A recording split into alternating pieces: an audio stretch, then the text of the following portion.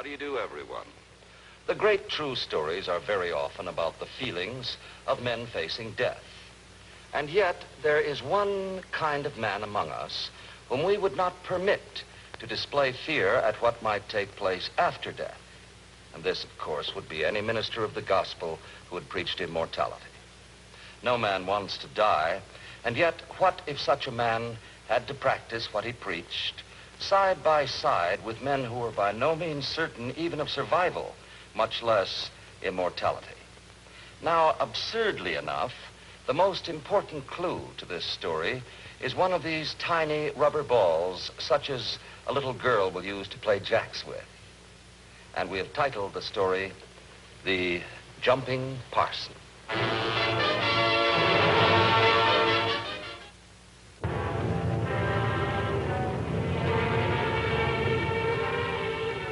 During the Second World War, tens of thousands of young men learned to hurl their bodies into space.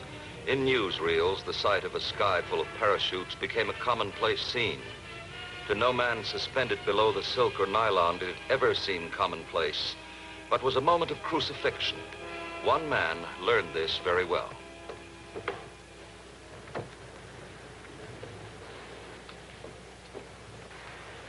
Great job I'm doing. In 5 weeks, I've really built up a congregation. 3 men. I've seen bigger crowds watching somebody change a tire. Ray, we went through this in Lowell. But this isn't Lowell. A month up there didn't make any difference. But these men trained 4 weeks and they're gone.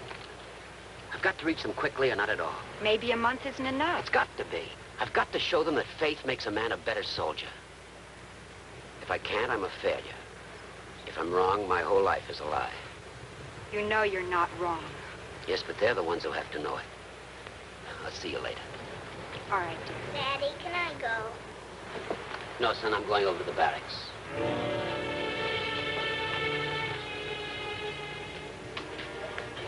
As you were. Good fumble, sir. I've had practice. My name's Hall. Oh, I don't mind germs. They come to chapel every Sunday. Jeffcoat, sir. Nice to know you, Jeffcoat. Anybody around? Inside, sir. Hey, Cracker, want to go into town? And give this up?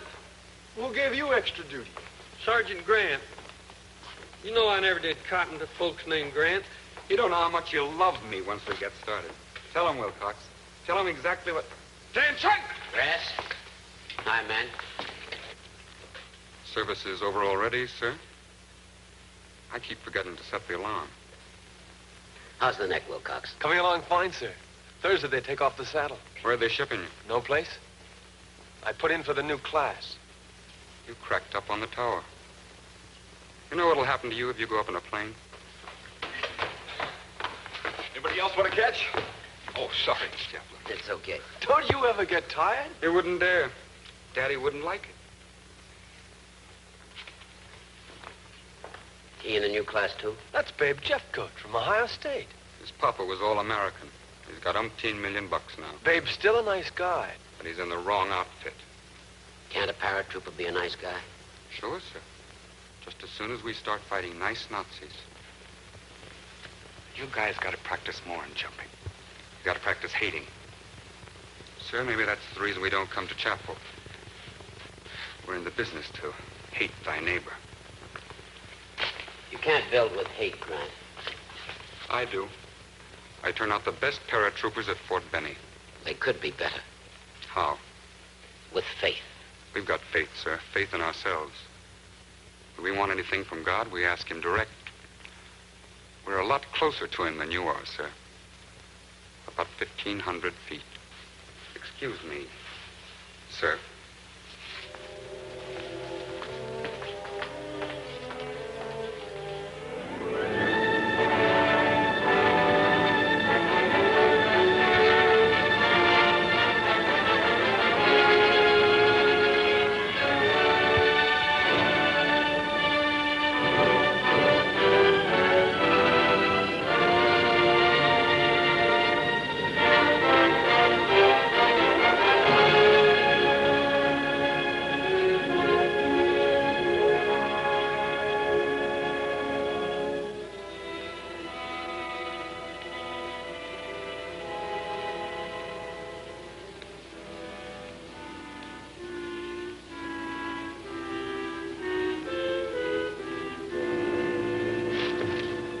Okay, next 3.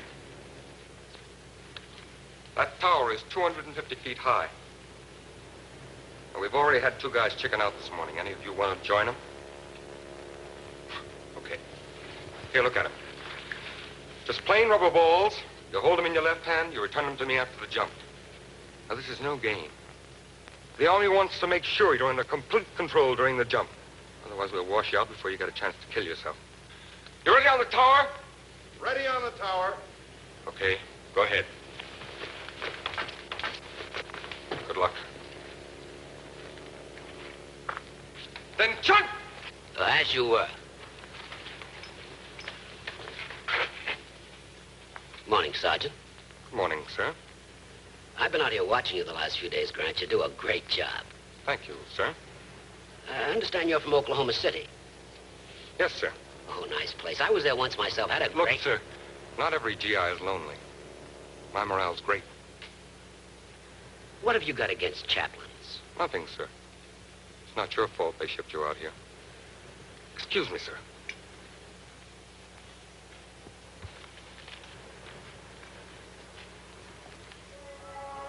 Like most men, Chaplin Hall could come to a decision which seemed right, and like most men, he would be obliged to bring this before his wife. But, Ray, you can't. You just can't do it. But I've got to. Don't you see, to them, I'm not a soldier. I'm a civilian in uniform, a spectator. I know, Ray, but... Look, if I go through training with them, if I jump with them, if I'm one of them, I can. Ray, this isn't like you. You're not facing facts. In July, you'll be 34. Oh, they'll give me a waiver. The Army can ignore your age, but they can't change it. Oh, I see. I'm an old man. I didn't say that. Mary, with all the physical training in the world, some of these men will panic when they hit combat. I've seen other men panic in strange, terrible situations. But I've seen this too, and so have you. The ones with faith bounce back into stride. In combat, that can be the difference between living and dying. My job is to give them that faith, that extra shot of confidence. And if one man comes back from this war alive because of me, does it matter what I go through? Ray, What? Nothing. Mary, what is it? I'd rather not say it, Why? because I love you. Mary, don't let it eat away inside. Say it, please. I'm trying to think of the right words. You can't go through that school. You know it. You know why you've never been on a plane in your life. You know what happens when you even go near a high window. Oh, it's not your fault. But those are things you've got to face. Oh, Ray, I'm sorry. Forgive me. There's nothing to forgive. You love me too much to use the right word. Oh, it's true, Mary. I'm scared to death even thinking about what the next 4 weeks will be like. So Chaplin Hall, sky pilot, prepared to trust himself to that sky, a matter requiring something more of a man than words of inspiration. Today, you heroes begin 4 of the toughest weeks of your life. Some of you may not make it. But do the Army and yourself a big favor. Wash out quick. Left face. Forward march. The parachute jumper's dream is a nightmare dealing with the one improperly packed mass of silk that does not open. He begins to wisecrack constantly and nervously, but his hands shake as he folds the giant umbrellas. The violent exercise of the muscles seems easy and safe, but in his dreams, he continues folding and refolding the pack. He cheerfully swarms up over the jungle gym. He clambers up the ropes with his powerful muscles tingling, but continues to dream of a chute that might not open while he hangs helpless as a puppet, awaiting the earth's blow on the bottom of his feet.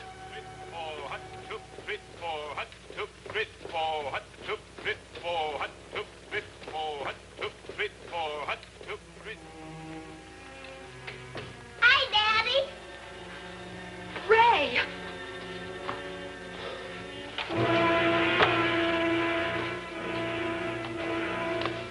Ray, are you all right?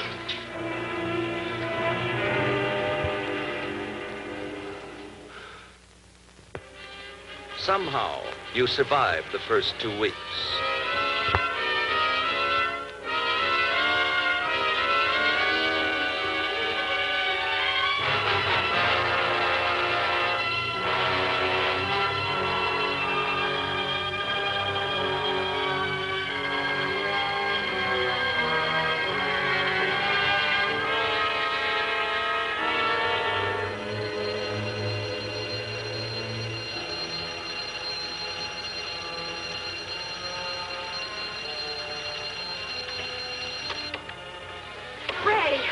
Here, let me help you.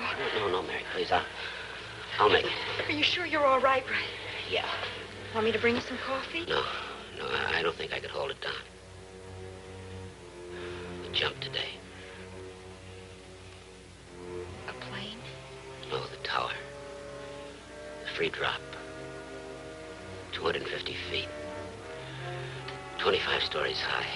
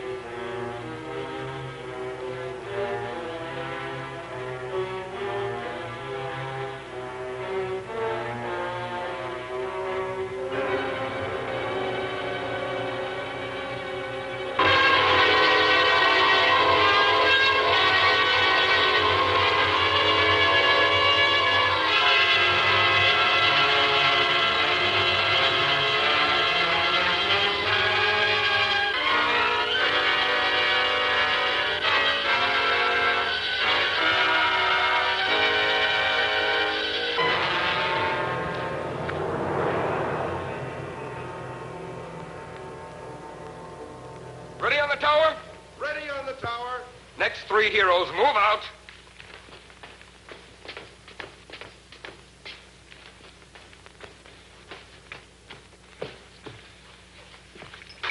Papa's boy didn't hurt himself, did he?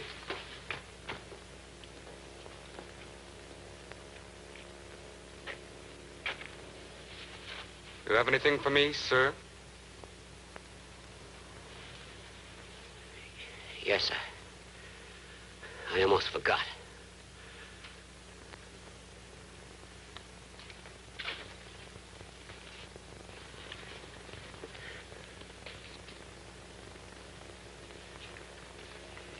It gets cold up there. Freezing. How'd you do? All right, I guess. I came down. Who gave you men rest? You're here to look and to listen.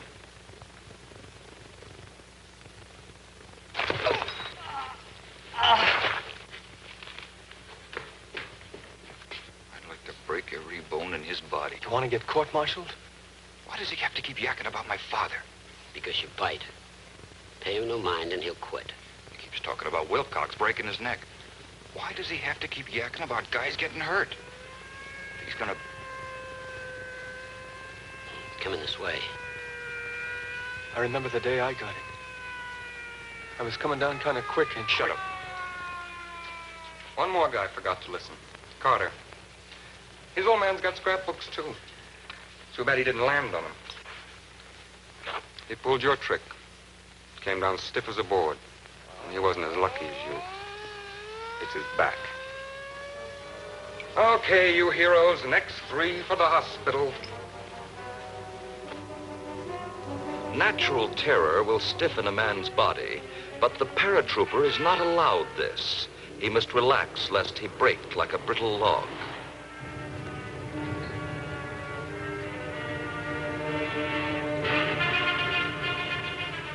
If 2 days of graduation are allowed, it's good luck to jump on the first and have 24 hours less to wait and think about it.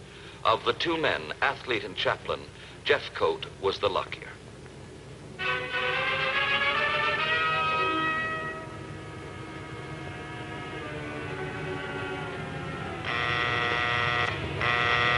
We're nearing the jump area.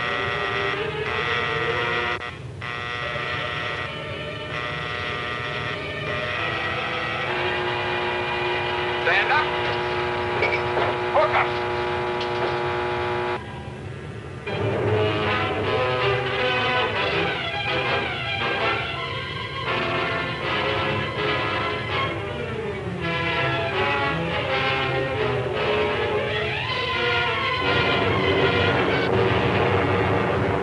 20 minutes later, the name of star athlete Jeffcoat was once more on everyone's lips, for he was now packing to go.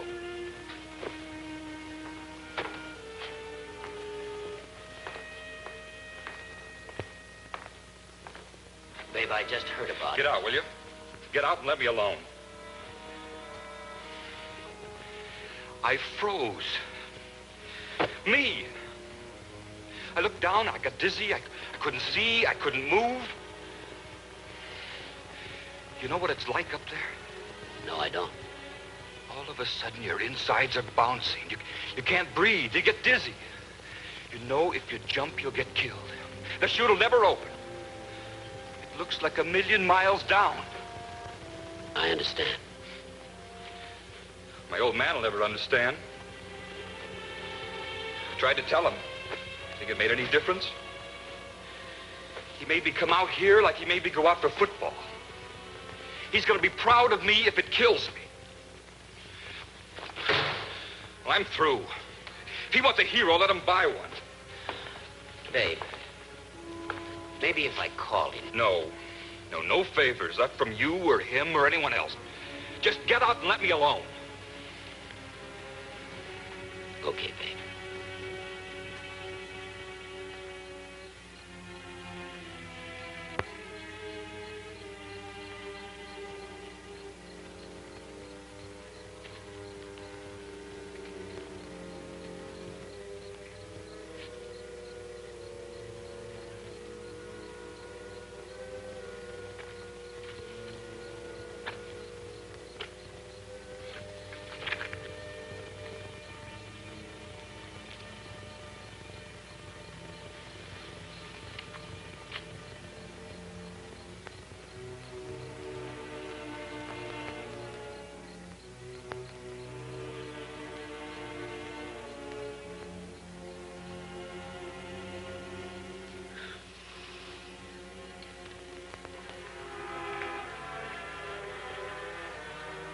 Wilcox? Yes, sir. I've been looking all over for you, sir. Your house, the hospital. What is it? Tomorrow, I'm supposed to jump from the plane. You gotta get me out. Call the major. Tell him I can't jump. Tell him I'm sick. Tell him anything. Please call him, sir. Just call him. Get me out. If Babe couldn't, I'll never be able to. But you're not Jeffcoat. Please, sir. I don't want a chicken in front of the guys. And I will. I'll freeze. I'm scared.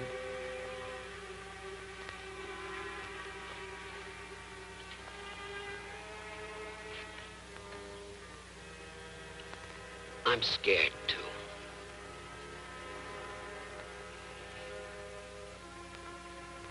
We both jump tomorrow. I've never been this scared. Come on. We'll pray. I can't. Sir, I've never been in a church. I don't even know how to pray. Let's try it together.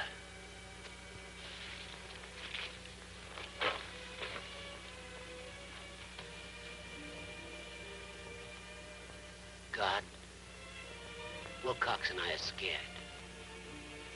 We're going to make our first jump tomorrow, and we don't know what it'll be like. Help us to give our best.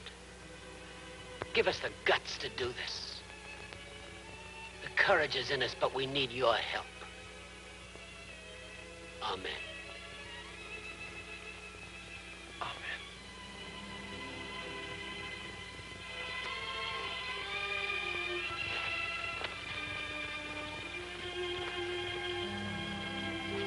Washout special, now loading on runway 3.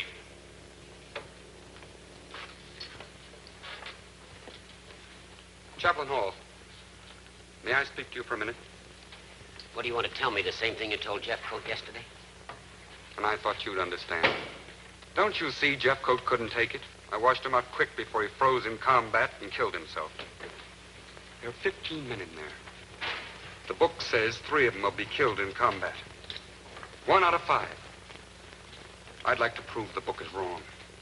My platoon is going to beat those odds. I've got a lousy job. I didn't ask for it.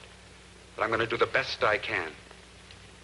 I train the best paratroopers at Benning.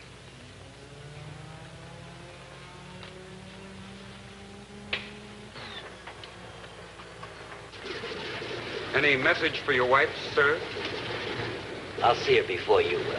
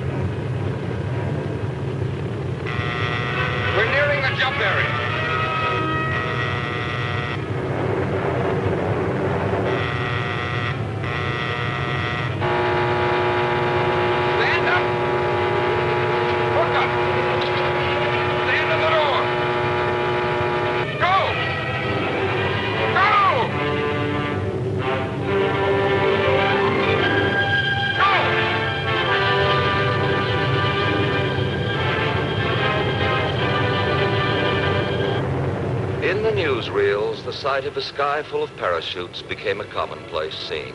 And to no man suspended below the silk or nylon did it ever seem commonplace, but was a moment of crucifixion. One man learned this very well.